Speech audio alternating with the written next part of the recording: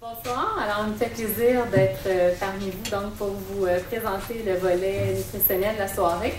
Alors, ce sera l'occasion pour moi de vous présenter les recommandations actuelles en diabète et vous donner aussi quelques astuces nutritionnelles là, pour la santé du cœur.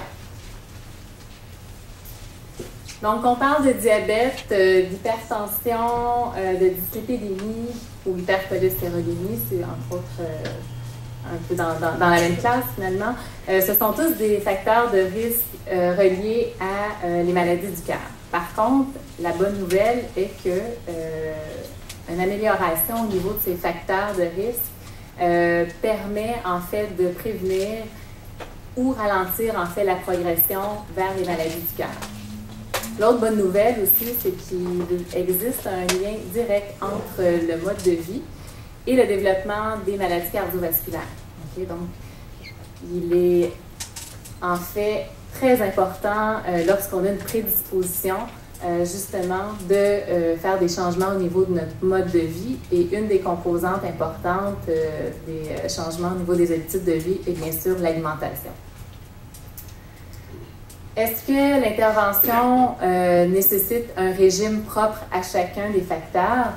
En fait, ce qu'on souhaite, c'est une alimentation avant tout saine et équilibrée.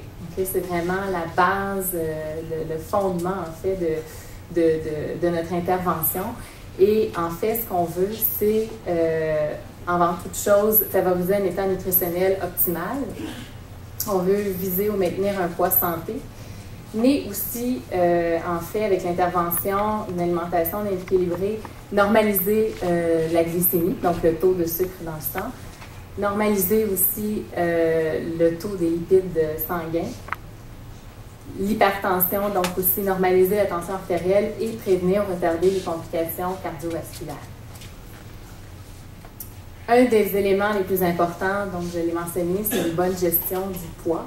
En fait, on sait qu'une perte de poids modérée d'environ 10% du poids initial est bénéfique pour la santé. Ça veut dire que ça va améliorer vraiment le profil de la personne en diminuant le glucose, donc le sucre dans le sang, en améliorant la tension artérielle et aussi en améliorant, donc en abaissant le mauvais cholestérol dans le sang et augmentant le bon cholestérol.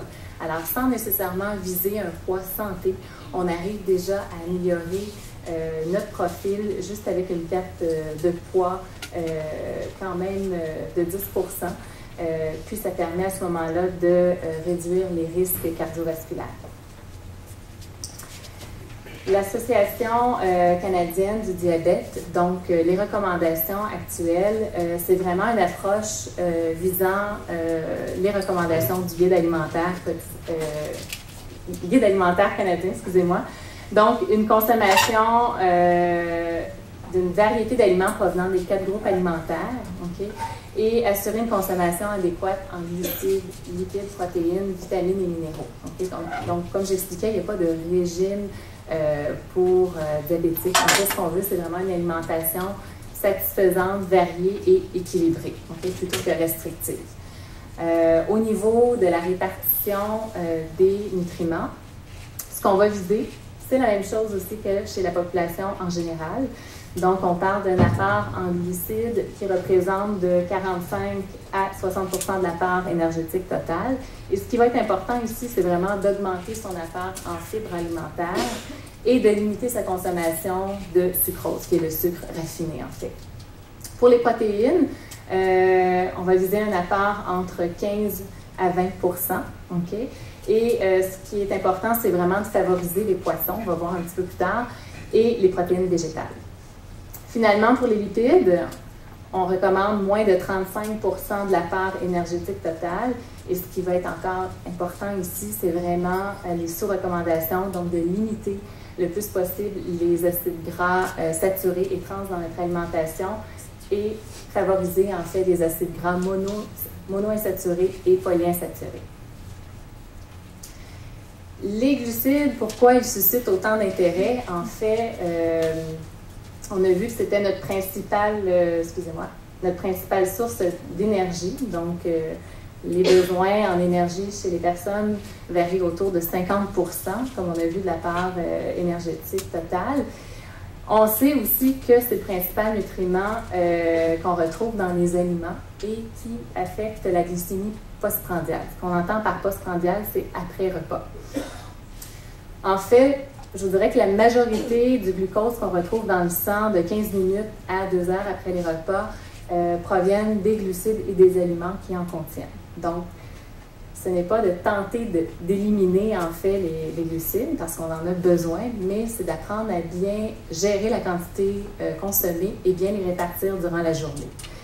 Et en fait, une constance dans cette répartition-là des apports alimentaires et donc glucidiques va permettre une meilleure gestion du poids, une amélioration du contrôle de la glycémie justement postprandiale et finalement une diminution des risques de maladies cardiovasculaires. Parce qu'il y a des études qui ont démontré qu'un meilleur contrôle de la glycémie postprandiale permettait justement une protection cardiovasculaire. Donc, qu'est-ce qu'on entend par une bonne gestion des glucides? En fait, c'est vraiment de prendre nos 3 repas équilibrés par jour à des heures régulières et surtout de ne pas sauter de repas. Okay? Ce qui va être important aussi, c'est de viser une répartition équilibrée des glucides au cours de la journée. Donc, règle générale, une personne a besoin entre 45 et 75 grammes de glucides par repas. Okay? Ça ne devrait pas excéder ça. Et pour les collations, de 15 à 30 grammes de glucides par collation. Donc, vraiment, pour éviter les excursions glycémiques, donc les variations de la glycémie, on devrait se situer dans ces apports-là. Pour vous donner une idée, 45 grammes de glucides, c'est l'équivalent de 3 portions de féculents, donc environ une tasse et demie de pâte. Et un exemple de collation à 15 grammes, ce serait l'équivalent d'un fruit. Les fibres alimentaires, alors, eux aussi ont été associés à une diminution des risques de maladies cardiovasculaires. Il y a plusieurs études qui ont démontré qu'une alimentation riche en aliments à grains entiers avait un effet cardioprotecteur et qu'un apport élevé en fibres permettait une diminution des risques de maladies cardiovasculaires de l'ordre de 34 %. Alors, les recommandations, c'est vraiment de viser plus de 25 grammes de fibres au total par jour. Pour vous donner une idée, c'est l'équivalent d'environ 2 tiers de tasse de Albrecht. Je dirais que c'est peut-être pas la meilleure, c'est pas ce qui est le plus agréable de prendre nos fibres de cette façon-là, mais en fait, vous allez voir la bonne façon d'aller chercher toutes ces fibres. Ce qui est important aussi, c'est un 5 à 10 grammes de fibres solubles par jour parce que les fibres solubles aussi permettraient d'abaisser en fait le mauvais cholestérol et un meilleur contrôle de la glycémie. Les fibres solubles, où est-ce qu'on les retrouve? C'est vraiment dans l'avoine, le psyllium, les fruits, les légumes et les légumineuses. Alors, pour aller chercher vraiment notre total de fibres dans les bonnes proportions, fibres insolubles et solubles, c'est vraiment d'avoir un minimum de 7 portions de fruits et légumes par jour et de prendre plus de la moitié de nos portions de produits céréaliers sous forme de grains entiers. Les gras alimentaires aussi jouent un rôle important au niveau des maladies cardiovasculaires. Alors, on sait qu'il y a 2 grandes classes, en fait, de gras alimentaires. Il y a les mauvais gras, okay, qu'on appelle les gras saturés, et les gras trans, qui ont tendance à augmenter le mauvais cholestérol dans le sang, et même, pour certains, comme les trans, de diminuer le bon cholestérol. Okay, où est-ce qu'on les retrouve? Essentiellement, pour les gras saturés, c'est vraiment les gras d'origine animale. Et pour les gras trans, c'est surtout les aliments produits par l'industrie alimentaire, finalement, qui utilisent des huiles hydrogénées. Pour les bons gras, alors ce sont nos gras monoinsaturés et polyinsaturés. Alors ceux-là permettent d'améliorer notre profil lipidique, donc en augmentant notre HDL et en abaissant le mauvais cholestérol. Et pour certains, comme les oméga-3, permettent aussi d'abaisser les triglycérides. Les acides gras oméga-3, pourquoi on en parle, pourquoi ils suscitent autant d'intérêt, c'est qu'en plus de diminuer les triglycérides, en fait, ça permettrait aussi un effet anti-inflammatoire, permettrait aussi une protection au niveau de la paroi des artères et préviendrait la formation des K2. Alors, il y a beaucoup d'études qui ont démontré vraiment un effet protecteur sur la santé cardiovasculaire avec nos oméga-3. Et maintenant, la tendance est qu'il y a beaucoup d'études qui démontrent que c'est en fait le ratio oméga 6, oméga 3 qui serait le plus important. En fait, ce serait de remplacer les oméga 6 qu'on retrouve abondamment dans notre alimentation par des oméga 3. Okay? Donc, ça permettrait un bienfait beaucoup plus significatif au niveau de la protection cardiovasculaire. Okay? Donc, dans la vie de tous les jours, ce que ça veut dire, c'est que on aurait beaucoup plus de bienfaits de remplacer nos repas, justement, de poulet, de viande, par plus souvent des repas de poisson, que tout simplement ajouter notre gélule d'oméga 3 sans changer nos habitudes alimentaires. Alors, il faut vraiment faire une substitution pour augmenter l'effet cardioprotecteur des maladies cardiovasculaires. Les stérols végétaux. Alors, c'est assez nouveau sur le marché ici au Canada. Alors, c'est vraiment une composante des cellules des plantes, en fait. On les retrouve dans les huiles végétales, les noix, céréales, fruits et légumes. Et en fait, ces stérols-là ont une structure chimique très similaire au cholestérol. Donc, ils rentrent en compétition avec notre cholestérol et permet justement d'abaisser notre mauvais cholestérol dans le sang.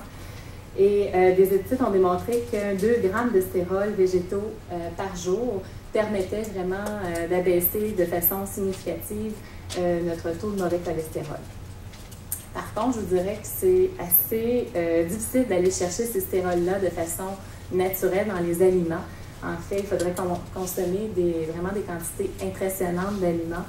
Juste pour vous donner une idée, 2 grammes de stérol, pour aller chercher ça, il faudrait manger l'équivalent au-dessus de 400 tomates par jour. Okay? Alors, c'est vraiment en minime petite quantité dans les aliments sous forme naturelle. Alors, d'où la chance qu'on a d'aller vers les aliments enrichis qui permettent justement d'aller chercher cette dose-là, cet apport-là de stérol avec des portions plus normales, en fait. Alors, ici, nos produits les plus populaires, en fait, donc, pour aller chercher un 2 grammes de stérol, c'est l'équivalent de 2 portions de yogourt à boire d'Anacol ou les BioBest, ou bien 2 portions de 250 ml de jus de fruits Coles Prevent, ou bien, en fait, un 5 cuillerées à thé de margarine Proactive ou Célèbre avec stérol. Alors, de plus en plus, il y a des produits comme ça enrichis qu'on retrouve sur le marché qui permettent justement d'aller chercher notre apport en stérol. Le sodium, alors sodium aussi, on sait que ça peut contribuer à l'hypertension, qui est un facteur de risque des maladies du cœur.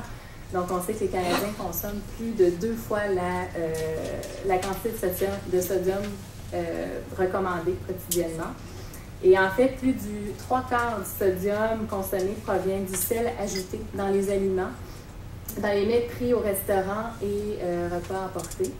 À titre d'exemple, donc la part recommandée en sodium par jour est entre 1200 et 1500 mg selon l'âge et le sexe.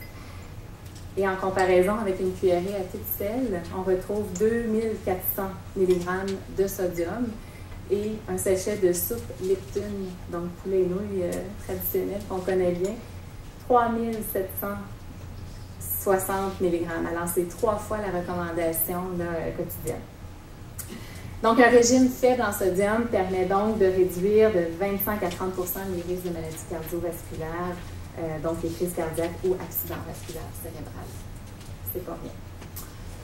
L'alcool, donc on entend souvent parler aussi. Le vin rouge, bon, ça contient des composés antioxydants, les flavonoïdes qu'on appelle, qui permettraient justement de diminuer les risques cardiovasculaires, qui permettraient aussi d'augmenter le bon cholestérol. Par contre, on sait aussi que l'alcool a tendance à faire augmenter la pression artérielle et il ne faut pas oublier que dans l'alcool, il y a énormément de calories. Alors, pour la gestion de poids, ce n'est pas non plus le breuvage à recommander.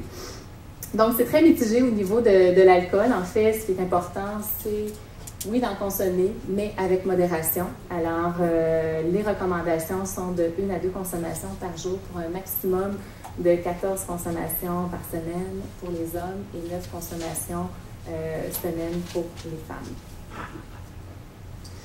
Donc, en résumé, alors, nos recommandations pour la santé du cœur, Je vous dirais que ça s'approche drôlement de notre pyramide du régime méditerranéen.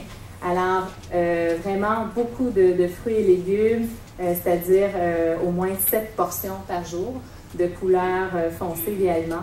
Consommer plus d'aliments riches en fibres, donc 25 grammes au moins par jour, incluant 5 à 10 grammes de fibres solubles. Choisir des sources de protéines maigres et opter plus souvent pour les protéines végétales.